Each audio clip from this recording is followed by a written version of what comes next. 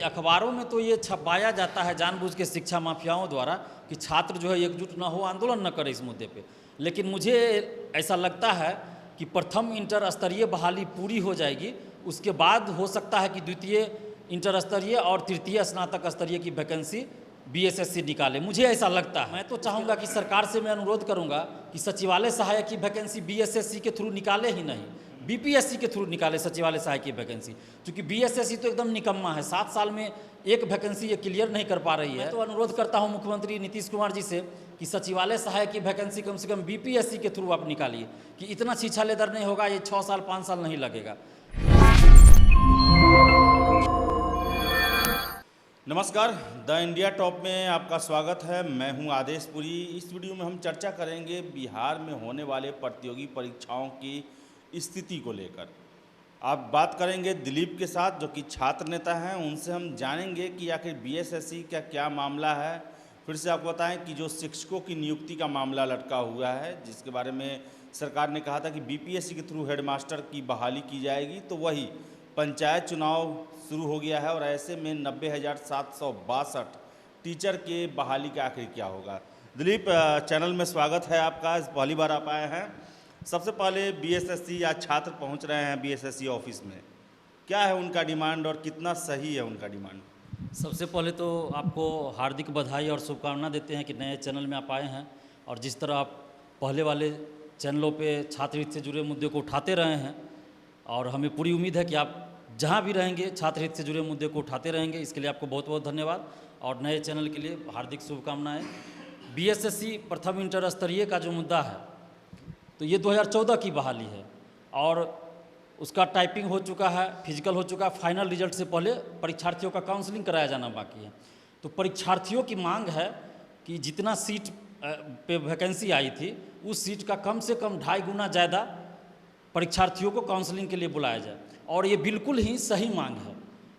सही मांग इसलिए है कि ये 7 साल पहले की वैकेंसी है, 7 साल बीत चुका है और हजारों ऐसे परीक्षार्थी हैं जो कहीं ना कहीं जॉब कर रहे हैं, और उन परीक्षार्थियों को बीएसएससी के थ्रू अगर उससे अच्छा पद मिलेगा तभी वो बीएसएससी के थ्रू कोई पद लेंगे। अगर उससे थोड़ा सा नीचे का पद मिलेगा तो बीएसएससी के थ्रू ज्वाइन ही नहीं करेंगे। तो ऐसी परिस्थिति में हजारों पद वैसे ही खाली रह जाएंगे। और दूसरी बात कि 2016 में जब पटना हाई कोर्ट के आदेश पे दोबारा फॉर्म भरने का लिंक ओपन हुआ था, तो उसमें जिनके लिए ये लिंक ओपन किया गया था उन लोगों ने तो फॉर्म भरा ही था, लेकिन हजारों ऐसे लोग थे जो फॉर्म भरने के लिए योग्य ही नहीं थे, लेकिन उन्होंने भी फॉर्म भर दिया था। और वैसे परीक्षार्थी बहुत ज़्यादा हैं, लगभग 10,000 12,000 है, 10-12 हज़ार हैं। वो लोग पीटी भी पास कर गए, मुख्य परीक्षा भी पास कर गए, फिजिकल में भी अपियर हुए हैं और टाइपिंग में भी अपियर हुए हैं। तो ऐसी परिस्थिति में अगर वो लोग काउंसलिंग में जाते हैं तो काउंसलिंग से वैसे भी वो लोग बाहर हो जाएंगे, क्योंकि वैकेंसी के समय वो लोग योग्य थे ही नहीं फॉर्म भरने के लिए। तो फिर काउंसलिंग में तो उन लोगों को बाहर कर दिया जाएगा। और ऐसा भी हो सकता है कि हजारों परीक्षार्थी काउंसलिंग में जाए ही नहीं, क्योंकि उनको डर है कि काउंसलिंग में जाएंगे तो हो सकता है पकड़े जाएं या फिर बाहर ही हो जाएंगे। तो हजारों परीक्षार्थी काउंसलिंग में अपियर ही नहीं होंगे। तो ऐसी परिस्थिति में भी फिर हजारों सीट खाली रह जाएगा।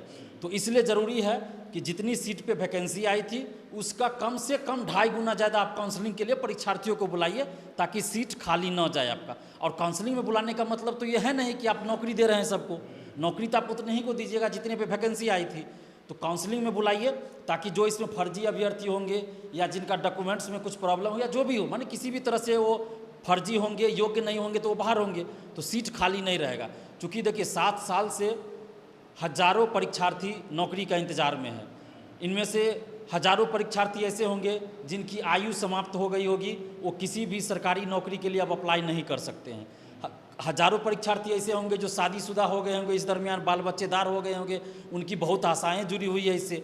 और ऐसी परिस्थिति में अगर कम लोगों को सीट से मतलब कुछ ज़्यादा को बुलाया जाता है, कुछ ही ज़्यादा को अगर बुलाया जाता है काउंसलिंग में, तो उसका दुष्परिणाम ये होगा कि सीट खाली रह जाएगा। अब फिर बाद में बीएसएससी मुझे नहीं लगता है कि काउंसलिंग के लिए फिर से बुलाएगा। तो इसलिए एक ही बार काउंसलिंग करा लिया जाए।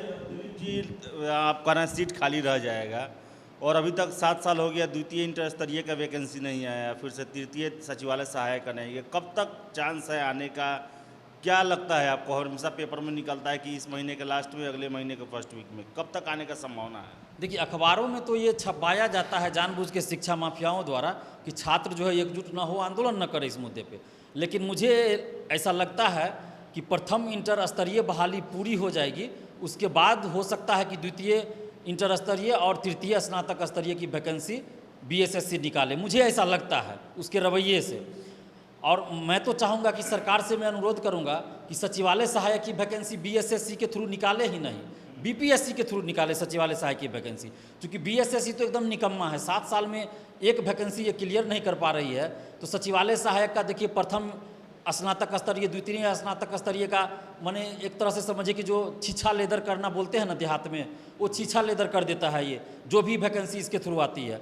तो मैं तो अनुरोध करता हूँ मुख्यमंत्री नीतीश कुमार जी से कि सचिवालय सहायक की वैकेंसी कम से कम बीपीएससी के थ्रू आप निकालिए, कि इतना छीछा लेदर नहीं होगा, ये 6 साल 5 साल नहीं लगेगा। तो ये इस पर सरकार को सोचना चाहिए। आप बीपीएससी की बात कर रहे हैं, बिहार में शिक्षकों का जो प्रधानाध्यापक हैं उनका बहाली भी अब बीपीएससी के थ्रू होगा। क्या लगता है आपको, कैसा रणनीति है सरकार का ये? देखिए, हम बहुत पहले से ये डिमांड करते आ रहे हैं कि बिहार में शिक्षकों की बहाली की जो प्रक्रिया है वो पूर्णतः गलत है, और इस तरह से चपरासी की भी बहाली नहीं करनी चाहिए, और ना ही होती है। शिक्षकों की बहाली की प्रक्रिया बिल्कुल ही गलत और दोषपूर्ण है। तो हमें थोड़ी खुशी ज़रूर है कि कम से कम प्रधान शिक्षक और हेड मास्टरों की नियुक्ति अब नीतीश सरकार जो है बीपीएससी के थ्रू करने जा रही है, उसकी बहाली। तो इसमें थोड़ी खुशी है। मैं थोड़ी इसलिए बोल रहा हूँ कि फिर इसमें कुछ समस्याएं हैं, कुछ गड़बड़ियाँ हैं। जैसे इसमें अनुभव का जो लोचा लगाया गया है वो बिल्कुल ही गलत है। जब आप एक आईएएस आईपीएस की बहाली करते हैं, डायरेक्ट एग्जाम लेके सीधी बहाली होती है, उसमें कोई एक्सपीरियंस आप नहीं मांगते हैं, ग्रेजुएशन पास वाले अप्लाई करते हैं, बीपीएससी के थ्रू डीएसपी एसडीएम की नियुक्ति होती है, तो फिर हेड मास्टर और प्रधान शिक्षक के लिए आप अनुभव 5 साल 7 साल की क्यों मांग रहे हैं? इसका बहुत दुरुपयोग होगा, और जो शिक्षक हैं बिहार में उनको तो नुकसान होगा। मान लीजिए जो टीटी से गए हुए हैं या हाल फिलहाल बहाल हुए हैं, उन लोगों को तो दिक्कत हो जाएगी इससे। और प्राइमरी शिक्षक हो, चाहे मिडिल स्कूल के हो या हाई स्कूल हो, जो भी हो, या प्राइवेट शिक्षक हो, आप सबको मौका दीजिए। हम ये कह रहे हैं, नियोजन का जो प्रक्रिया अपनाया गया है, और अभी कल ही अधिसूचना जारी हो गया बिहार पंचायत चुनाव को लेकर, 90,762 कैंडिडेट, उनका अब क्या होगा? नियोजन होगा या ब्रेक लगेगा? देखिए, सरकार तो पहले से कहती आ रही थी कि पंचायत चुनाव का कोई असर नहीं पड़ेगा, लेकिन आज ही अखबार में देखे हैं कि 7वें चरण की जो है बहाली अब जनवरी फरवरी में होगी। अब पहले तो कह रहे थे कि 15 अगस्त को झंडा फहराएंगे ये लोग, फिर कहे कि दिवाली पे पटाखा फोड़ेंगे और मिठाई खाएंगे। शिक्षा मंत्री विजय कुमार चौधरी जी बोले थे। और अब आज हम अखबार में देखे हैं कि दिया है कि जनवरी, किसी अखबार में दिया है जनवरी फरवरी, किसी में दिया है दिसंबर में बहाली होगी। तो ये सरकार जानबूझ के शिक्षक बहाली को लटका रही है, लेट लतीफ़ी कर रही है, ताकि वो जो है इतना समय का वेतन बचा ले और शिक्षा को चौपट करके रख सके। क्योंकि सरकार की मंशा ही नहीं है, सरकार की मंशा बिल्कुल नहीं है कि बिहार में शिक्षा व्यवस्था में सुधार हो। अगर सरकार की मंशा होती कि बिहार में शिक्षा व्यवस्था में सुधार हो, तो सरकार शिक्षकों की नियुक्ति का पैमाना एकदम अच्छा रखती, तंदुरुस्त रखती। लेकिन शिक्षक नियुक्ति का पैमाना ही गलत है। और अभी भी हम कर रहे हैं, जो प्रधान शिक्षक और हेड मास्टर की नियुक्ति वाली बात आ रही है बीपीएससी के थ्रू, तो एक अच्छा कदम है, लेकिन इसमें खामियां हैं। इसमें आप सभी को मौका दीजिए, अनुभव वाली बात हटाइए। और जिस तरह आईएएस आईपीएस दरोगा की बहाली होती है, आईपीएस की डिप्टी कलेक्टर डीएसपी की बहाली होती है आयोग के द्वारा, आईएएस आईपीएस की होती है यूपीएससी के द्वारा, स्टेट में होता है अपना स्टेट कमीशन के द्वारा, तो फिर हेड मास्टर और प्रधान शिक्षक की नियुक्ति आप बीपीएससी के द्वारा ले ही रहे हैं, तो इसमें अनुभव की क्या जरूरत है? आप अनुभव को हटाइए, आप उनको 6 महीना 7 महीना का ट्रेनिंग दे दीजिए, क्या दिक्कत है? आप सबसे मेन मुद्दा पे आते हैं, बीपीएसएससी यानी कि दरोगा आयोग, कट ऑफ जारी किया गया आयोग के द्वारा। क्या लगता है कि छात्र संतुष्ट हो गए? लेकिन मुझे तो कई छात्र कह रहे हैं कि उन्हें अभी इन पर भी शक है कि आयोग ने एक लास्ट कट ऑफ देके अपना पल्ला झाड़ लिया है, लेकिन गड़बड़ है, उनका कहना है। छात्र, बहुत सारे छात्र ऐसा कह रहे हैं, आपको क्या लगता है? देखिए, गड़बड़ तो इसमें बिल्कुल है, और गड़बड़ ही नहीं कहेंगे इसको, इसमें कहेंगे कि महाधांधली हुई है। गड़बड़ होती है कि मतलब गलती से त्रुटि हो जाए, कोई मिस्टेक हो जाए, वो अलग चीज़ होता है, लेकिन ये तो धांधली जानबूझ के की गई है। और दरोगा के साथ सार्जेंट की बहाली इसीलिए निकाली ही गई है। आप सोचिए ना कि 125 या कुछ पद पे 2213 के साथ तो 125 या कुछ सीट पे सार्जेंट का बहाली है, तो उसी को 2446 के साथ ही क्यों नहीं सभी सार्जेंट वाले पोस्ट पे बहाली कर दी गई। तो जानबूझ के दरोगा के साथ सार्जेंट की बहाली की जाती है ताकि धांधली करे और आरसीपी टैक्स लेके सीट बेचे और इन लोगों को जो है सो स्पष्टीकरण देने का मौका मिला। जैसे देखिए कह रहे हैं कि ये सार्जेंट का कटअप है, तो भाई दरोगा का कटअप बताने में आपको क्या दिक्कत है? दरोगा का कटअप आप बता दीजिएगा तो इससे कौन सा खतरा आ जाएगा। जब दरोगा के लिए अलग क्राइटेरिया आप रखे हैं फिजिकल का, सार्जेंट के लिए अलग है फिजिकल का, तो फिर दोनों का कटअप तो अलग अलग है ही, तो दोनों का कटअप आप बता दीजिए। एक ही कटअप तो दोनों का है नहीं, आपने खुद स्पष्टीकरण दिया है कि ये अलग अलग कटअप है, तो फिर दरोगा का कटअप बताने में क्या दिक्कत है? दरोगा का कटअप बता देना चाहिए ताकि स्टूडेंट्स को पता चले कि भाई दरोगा का कितना कटअप गया, लेकिन ये नहीं बताएंगे। और अभी आप देखिए जिस आरसीपी टैक्स की मैं बात बराबर करता हूँ, मैं ऐसे नहीं करता हूँ बात, आपके चैनल के माध्यम से समस्त बिहार के समस्त नेताओं को, मंत्रियों, विधायकों, यहाँ तक कि मुख्यमंत्री और छात्र युवाओं और आम जनता को भी ये बताना चाहता हूँ कि मैंने आरसीपी टैक्स की बात आज से नहीं मैं कर रहा हूँ, 2016 से कर रहा हूँ मैं आरसीपी टैक्स की बात। और जिस तरह से धांधली होती है बिहार में आरसीपी टैक्स लेके, उसका खुलासा आप देखिए धीरे धीरे हो रहा है। आरसीपी सिंह के दामाद जो आईएएस हैं उन पे 7 करोड़ का आरोप लगा है घोटाला का। और ये छोटी मोटी बात नहीं है, 1-2 रुपया का भी आरोप लगता है तो वो भी घोटाला होता है। यहाँ 7 करोड़ का घोटाला का आरोप लग रहा है, आरसीपी सिंह के दामाद पे लग रहा है। और हम बार बार आरसीपी सिंह का नाम ले रहे हैं खुलेआम कि आरसीपी सिंह जो है बिहार में जितना भी सीट बेचा जाता है, दरोगा बहाली में, बीपीएससी में, बीएसएससी में, सचिवालय सहायक में, बिहार पुलिस में, सबका सबसे बड़ा डॉन माफिया आरसीपी सिंह है। मैं खुलेआम बोल रहा हूँ और 2016 से बोल रहा हूँ मैं, और आज देखिए वो बात धीरे धीरे साबित भी हो रही है। बीच में हम लोगों ने आवाज़ उठाई थी जब ज़्यादा नंबर था, लड़कों का सिलेक्शन नहीं हुआ था दरोगा आयोग में, उसके बाद एकाएक सारे पेपर में डेट दिया जाता है 5 दिसंबर को 2213 का पीटी एग्ज़ाम होगा। चूँकि पंचायत इलेक्शन को ध्यान में रखते हुए डेट आगे रखा गया था। अब 26 दिसंबर को जैसा लोग कह रहे हैं कि 26 दिसंबर को पीटी हो सकता है। क्या पीटी दिसंबर में लेना है या फिर केवल एक छलावा है? क्योंकि अभी तक तो वेबसाइट पर एक खबर आई नहीं है।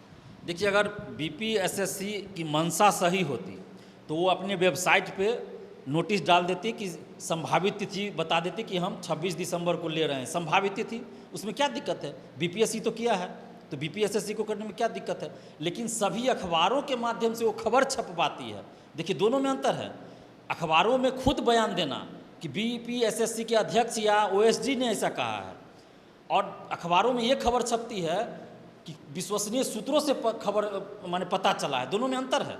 यानी कि अखबार वाले भी ये नहीं छाप रहे हैं कि बीपीएसएससी के किसी पदाधिकारी ने ये कहा है, अखबार वाले भी ये छाप रहे हैं कि विश्वसनीय सूत्रों से पता चला है कि 26 दिसंबर को पीटी परीक्षा आयोजित करने की चर्चा चल रही है। ये नहीं कहा जा रहा है कि लेंगे ही, चर्चा चल रही है। तो चर्चा तो बहुत चलती है, चर्चा तो बहुत चलती है। और इससे पहले जो 5 दिसंबर की बात थी तो वो भी अखबारों में यही छपा गया था कि संभावित है, यानी कि चर्चा चल रही है 5 दिसंबर को पीटी परीक्षा लेने की। और वो इसलिए दी गई थी कि आप भी उसमें मौजूद थे जब गांधी मैदान में वीडियो चला था, जो छात्र आए थे दरोगा बहाली में, जो धांधली हुई, कटअप से ज़्यादा मार्क्स वाले का भी सिलेक्शन नहीं हुआ। उसके बाद गांधी मैदान में छात्र एकजुट हुए थे, उसमें मैं भी आया था, आप भी थे उसमें। उसके बाद वो वीडियो चला है, उसके बाद अखबारों में छपा, उसके बाद ही ये नोटिस माने अखबारों में ये खबर छपी है कि 5 दिसंबर को पीटी परीक्षा हो सकती है। और ये सिर्फ और सिर्फ इसलिए किया गया ताकि छात्र एकजुट ना हो पाए और छात्र के मन में ये बैठ जाए कि पीटी परीक्षा है तो चलो हम उसकी तैयारी करते हैं। और यहाँ जो पटना में है 1-2 यूट्यूब चैनल और 2-3 शिक्षकगण हैं जो आयोग और सरकार के प्रवक्ता की तरह काम करते हैं, शिक्षा माफिया की तरह काम करते हैं। वो लोग ऐसे चीज़ों को बढ़ावा दे देते हैं और छात्र गुमराह हो जाते हैं। छात्र को लगता है कि अच्छा इसमें नहीं हुआ, अगला वैकेंसी देखते हैं, और वही होता है। और आयोग ने जो चाल चली वो सफल हो गया, आयोग का चाल सफल हो गया। ये 2213 में आप लोग जो डिमांड 2446 में करते रहे, जैसे कि स्टूडेंट कार्बन कॉपी रहा, आंसर शीट रहा, क्वेश्चन पेपर रहा, ये सब चीज़ जो है क्या आयोग इस बार देगी? इसके लिए क्या है आप लोग का रणनीति? क्या फिर आयोग के भरोसे रहना है या पहले से उसको ये करवाना है? देखिए आयोग के भरोसे तो नहीं रह सकते, क्योंकि आयोग पे तो कोई भरोसा ही नहीं है। तो हम लोग पीटी परीक्षा से पहले एक बड़ा आंदोलन करना चाहते हैं पटना में, जिसमें हमारी मांग रहेगी पारदर्शिता की, यानी कि दरोगा बहाली, सिपाही बहाली, बीएसएससी एवं अन्य जितने भी प्रतियोगी परीक्षाएं बिहार में आयोजित होती है, वो जितने भी भर्ती आयोग है उन सभी से ये मांग रहेगी कि पारदर्शिता बरती जाए, प्रतियोगी परीक्षाओं में पारदर्शिता बरती जाए। और इस पारदर्शिता के लिए सबसे ज़रूरी है कि OMR शीट की कार्बन कॉपी और क्वेश्चन बुकलेट परीक्षार्थियों को परीक्षा समाप्त होने के तुरंत बाद साथ में ले जाने के लिए दिया जाए। आखिर BPSC क्वेश्चन बुकलेट दे देती है, UPSC क्वेश्चन बुकलेट दे देती है, तो फिर BPSSC को दरोगा बहाली में क्वेश्चन देने में क्या आपत्ति है भाई? BSSC को सचिवालय सहायक की परीक्षा में देने में क्या आपत्ति है? सिपाही भर्ती में देने में क्या आपत्ति है? सिपाही भर्ती में तो देखिए कभी न कटअप बताया जाता है, 700-800 रुपया लगता है फॉर्म भरने में, उसके बाद भी हमको क्वेश्चन नहीं मिलता है। और क्वेश्चन लेके वो क्या करते हैं? क्वेश्चन लेके आयोग क्या करती है? उसका अचार बनाती है क्या, या बाहर जाके भुजा खरीदती है उसे बेच के? क्या करती है क्वेश्चन लेके? वो तो रद्दी के भाव से बाद में बेचा ही जाएगा। तो हम लोग का जो अधिकार है 700-800 रुपया फॉर्म भरने में लगता है, तो हमें क्वेश्चन बुकलेट दीजिए ना भाई, आंसर की जारी कीजिए, OMR शीट का कार्बन कॉपी दीजिए और आंसर की जारी कीजिए। उसके बाद आप रिजल्ट के साथ ही कटअप और सभी परीक्षार्थियों का मार्क्स जारी कीजिए। ये सबसे ज़्यादा जरूरी है। अभी आप देखिए B.Ed की परीक्षा हुई है 13 अगस्त को, उसमें OMR शीट की कार्बन कॉपी स्टूडेंट को साथ ले जाने दिया गया, क्वेश्चन बुकलेट दिया गया, तुरंत आंसर की जारी किया गया। उसके बाद परीक्षार्थियों से आपत्ति भी मांगा गया कि अगर आपको इस आंसर पे आपत्ति है तो आप भेजिए। उसके बाद वो आंसर रिजल्ट जारी किया जाए, शायद संभवतः कर भी दिया गया हो, या रिजल्ट जारी हो नहीं, रिजल्ट कल ही जारी कर दिया गया, रिजल्ट कल ही जारी कर दिया गया। उसमें सभी का मार्क्स पता चल जाएगा, सब कुछ पता चल जाएगा। लेकिन ये BPSSC दरोगा बहाली में और सिपाही भर्ती में CSBC कुछ बताती ही नहीं है कि किसको कितना मार्क्स आया, किस क्वेश्चन का आंसर क्या है। तो ये तो एकदम होता है जिसको गुंडागर्दी कह लीजिए, तालिबानी शासन कह लीजिए, कि तालिबान जैसे करता है ना कि क्रूरता जो मन है कर दिया बंदूक की नोक पे, वही है BPSSC के अध्यक्ष जो है सुनीत कुमार कर रहा है। एक तरह से बंदूक की नोक पे ही काम कर रहे हैं ना। ये बॉडीगार्ड लेके एकदम चलते हैं, 10-10 गो बॉडीगार्ड लेके चलते हैं भाई। उतना किसी मंत्री के पास नहीं रहता है सुरक्षा। ये BPSSC के अध्यक्ष को इतना सुरक्षा देने का क्या जरूरी है? और उसके बाद आपको बता दें कि CSBC का जो ऑफिस है उसमें एक सिपाही है, उसको एक SP से भी ज़्यादा सुरक्षा मिला हुआ है। माने पटना के SP को उतना सुरक्षा नहीं होगा जितना एक सिपाही को सुरक्षा दिया गया है CSBC में, क्योंकि वो सेटिंग कराता है, सेटिंग में इन्वॉल्व है।